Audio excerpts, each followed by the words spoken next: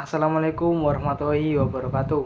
Perkenalkan, nama saya Aldias Wiam Pratama dengan NIM 040405230988.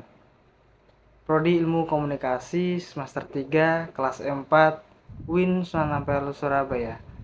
Video ini dibuat untuk memenuhi tugas UTS dari mata kuliah Komunikasi Antar Budaya yang diampu oleh Bu Nikmah.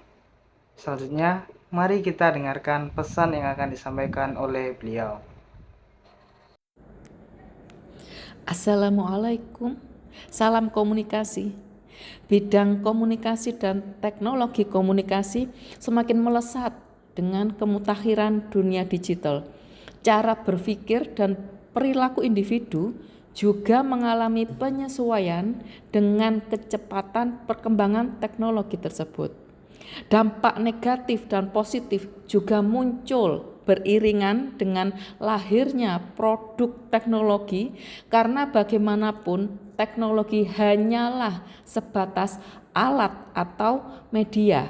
Pada akhirnya semua akan kembali kepada manusia sebagai user atau pengguna teknologi dengan beragam perbedaan kondisi psikologi, sosial, dan budaya yang nampak pada karakter, cara berpikir, dan berperilaku dalam menggunakan teknologi komunikasi dan informasi digital. Selamat berkomunikasi dan berteknologi.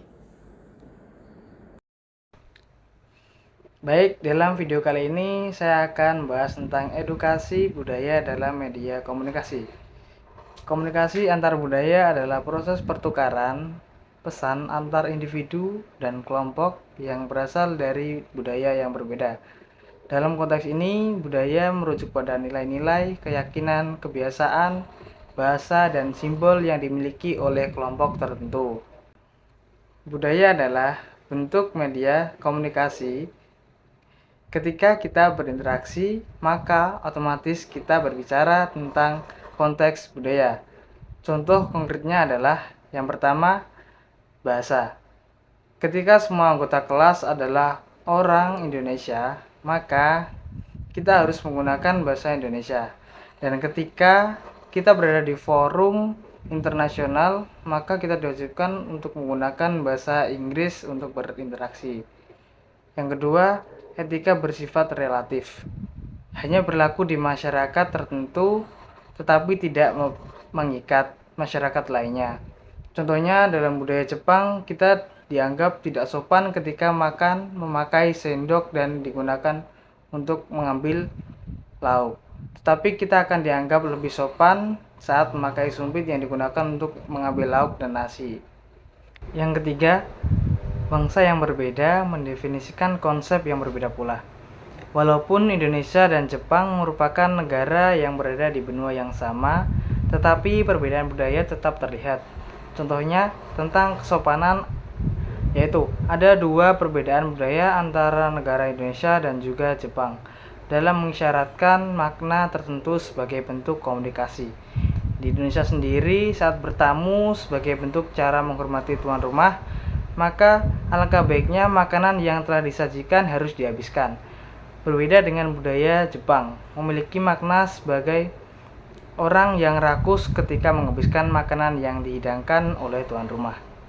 Terakhir, sebagai penutup, komunikasi antar budaya merupakan proses yang kompleks dan dinamis, di mana setiap individu atau kelompok membawakan nilai-nilai, norma, dan praktik budaya yang unik.